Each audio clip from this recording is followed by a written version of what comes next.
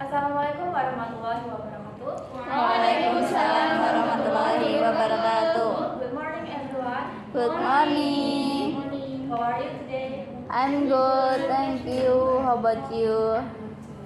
The Honorable Ma'am Shahnadi Siregar MPD as our lecturer for subject psycholinguistics and all of my friends whom I love.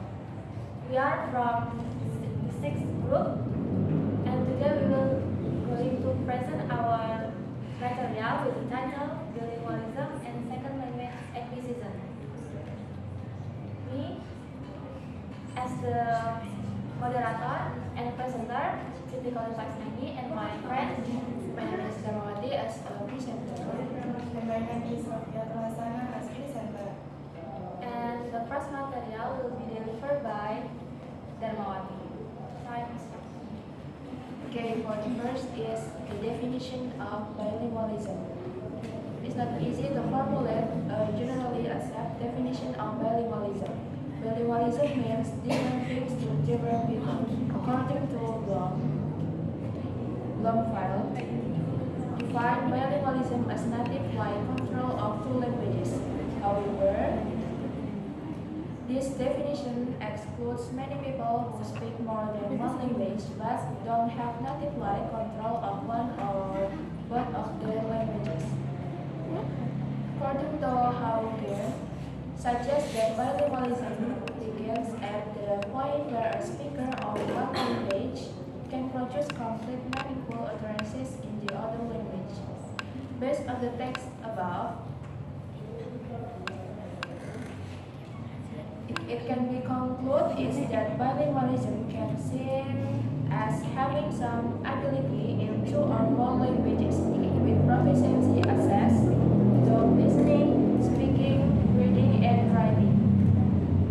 This can vary significantly among individuals, with some having different skill levels in each language and even different abilities across in four language skills. Okay, for the next material will be delivered by Sister Angela.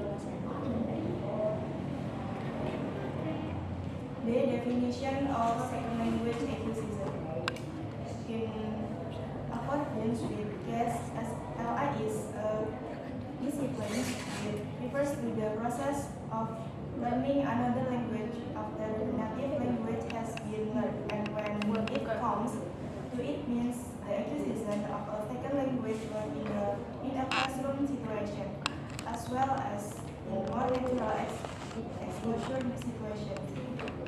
Moreover, to Rod Ellis, the term second is generally used to refer to any language other than the first language.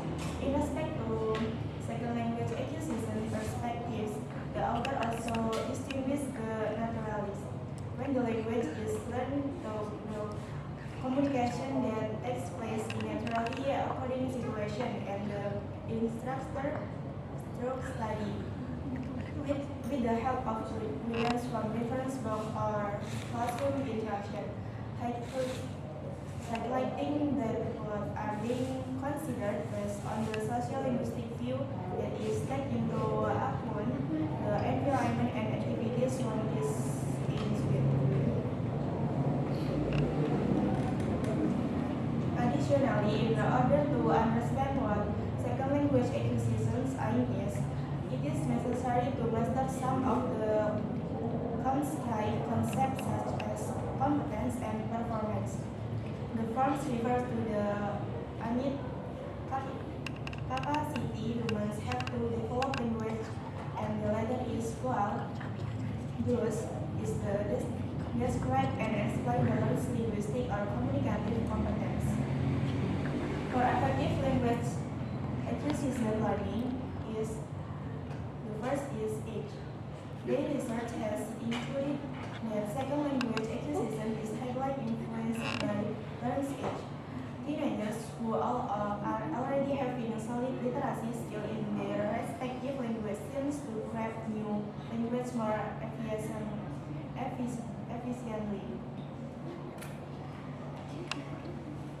And the second is intelligence. Second language acquisition research link up intelligence of language learner with their second learning ability. According to the learners who smartly perform IT tasks have a better success rate for learning the second language. And the third is personality. From research, it is found that individuals having extrovert personalities are much faster in learning the second language. And the fourth is social setting or environment. Several social or environment factors such as the existence of non-native or native speakers, gender division, numbers of language transitions, etc. play a very important role in second language learning.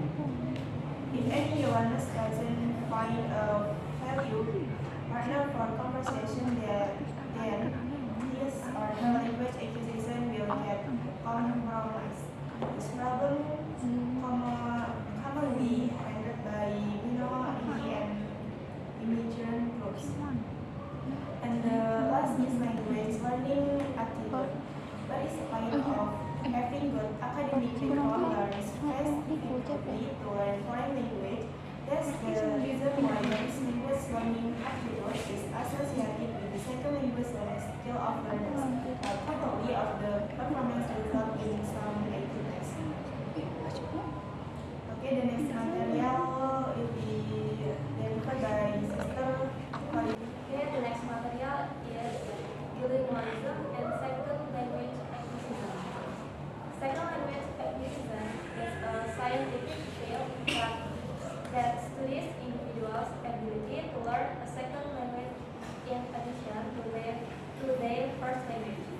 Although second language acquisition theories are often used to understand bilingualism development, Butler argues that bilingualism is too complex to be fully understood through the lens of second language acquisition. Second language acquisition generally focuses on language learning rather than language use and views monolingual competence as the highest achievement.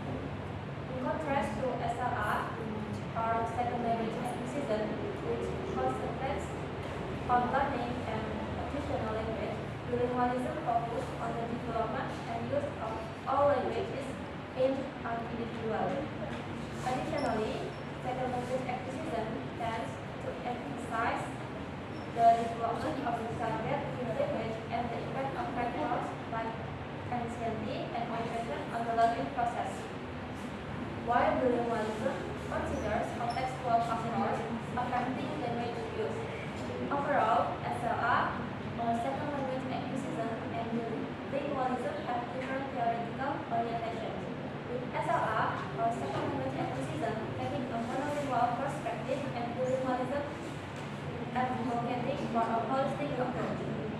Therefore, second language acquisition and bilingualism have different theoretical orientation and view language learning from different perspectives, which affects understanding of language learners and language learning in each field. Okay, that's all the material. Now we move to question and answer session. Baik, Sister Fatma. Thank you, Mr. Amanda. I have question for the group. What are the differences between simultaneous and sequential bilingual? Terima kasih.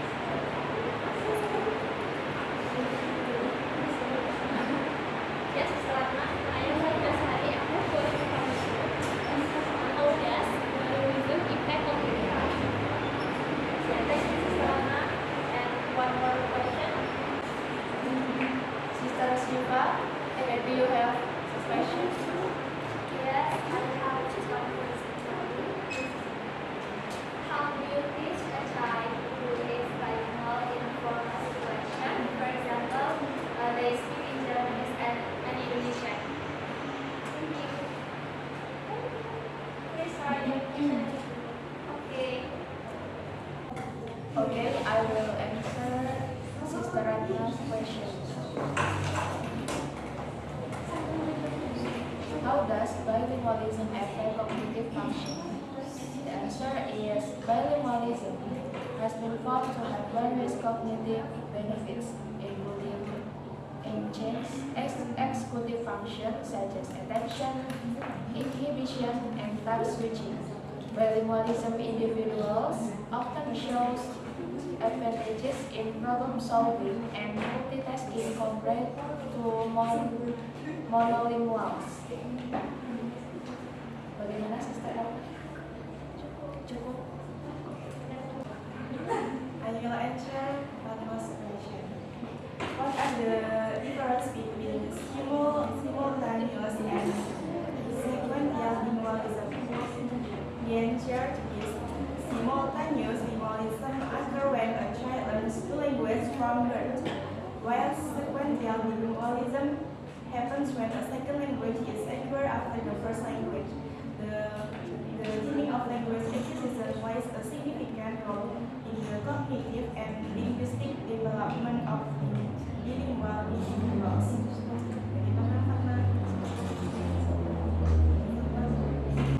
I will answer Shifa's question. How to teach the bilingual child in a formal setting, for example, they speak Japanese or Indonesian. Number one is we need to understand the child's needs. Number two is support language skill development. Number three is create a supportive environment. Number four is use a multilingual approach. Number five is involve parents and community. Number six is provide positive feedback. And the last is number seven is flexibility and assessment. Okay, thank you for the answer, but sometimes for young children it's still difficult, right? The Japanese is sometimes still very thick, so even at school he still speaks Japanese.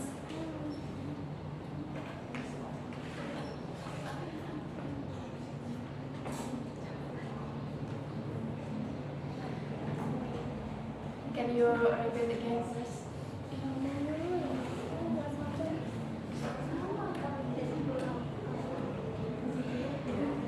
Okay, but sometimes for young children it's still difficult, right?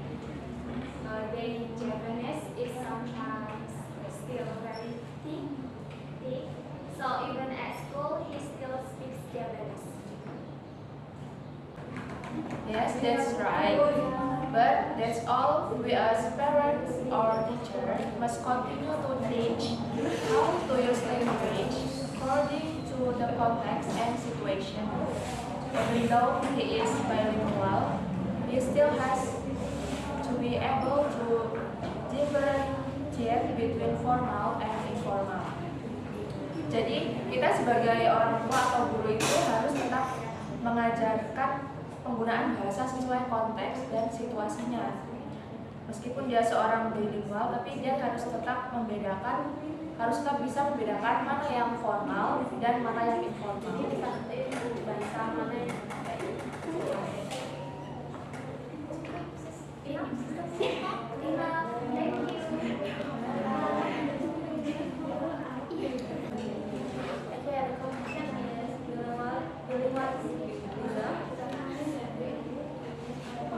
refers to some individuals ability to use two or more languages in everyday life.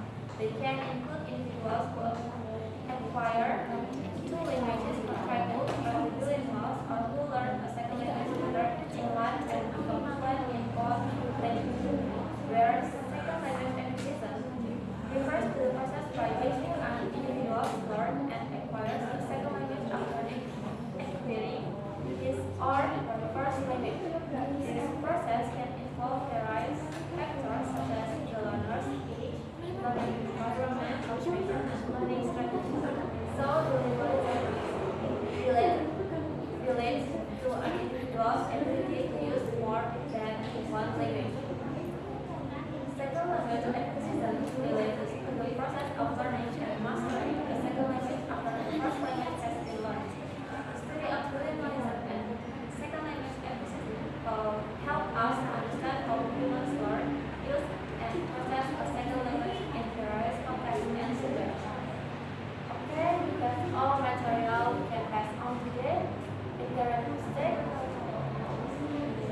apologize. And wassalamualaikum warahmatullahi wabarakatuh.